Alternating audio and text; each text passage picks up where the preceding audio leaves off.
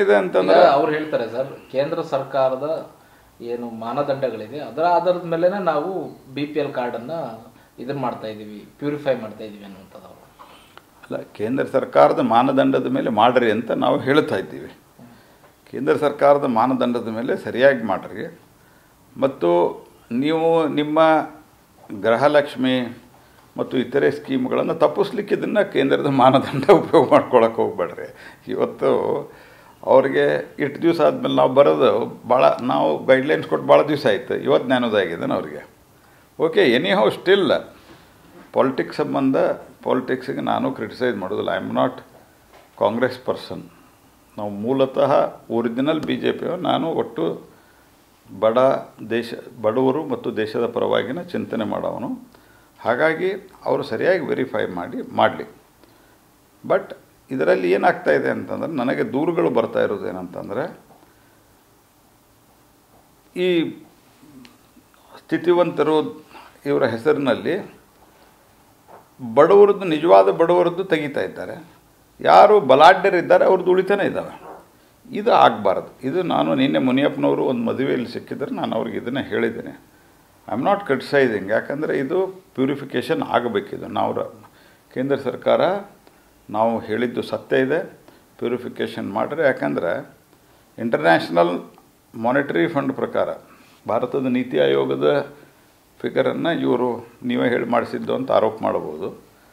But international monetary fund A well studied report say that ಕಳೆದ 10 ವರ್ಷದಲ್ಲಿ 13 ಕೋಟಿ ಜನ ಅಕ್ಯೂಟ್ ಬಡತನದಿಂದ ಹೊರಗಡೆ ಬಂದಿದ್ದಾರೆ ಅಂತ ಹೇಳಿದ್ದಾರೆ. Because of the various schemes, because of the increased private job infrastructure investment, ಇದೆಲ್ಲ ಇನ್ಕಮ್ ಜನ್ರೇಷನ್ ಆಗಿರೋ ಕಾರಣದಿಂದ 13 ಕೋಟಿ ಜನ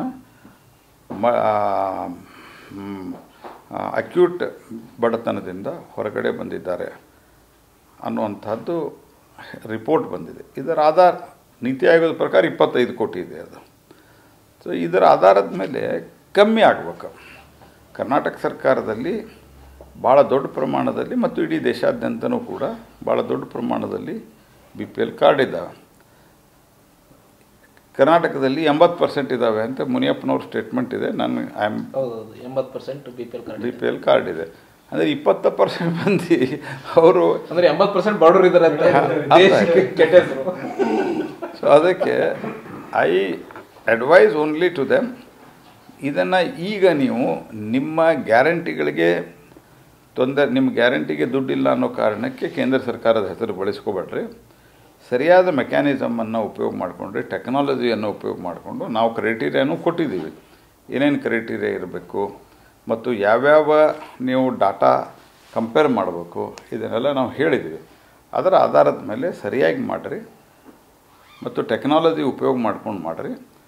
ಸುಮ್ಮನೆ ಒಂದಿಷ್ಟು ಜನ ತೆಗೆದು ಹಾಕೋದು ಅಂತ ಮಾಡೋದು ಸರಿಯಲ್ಲ. ಇಷ್ಟೇ ನಂದು ಹೇಳೋದು. ಉಳಿದಂತೆ ಇದು cleaning of the total system ಏನಿದೆ, that what they are doing, let them do it.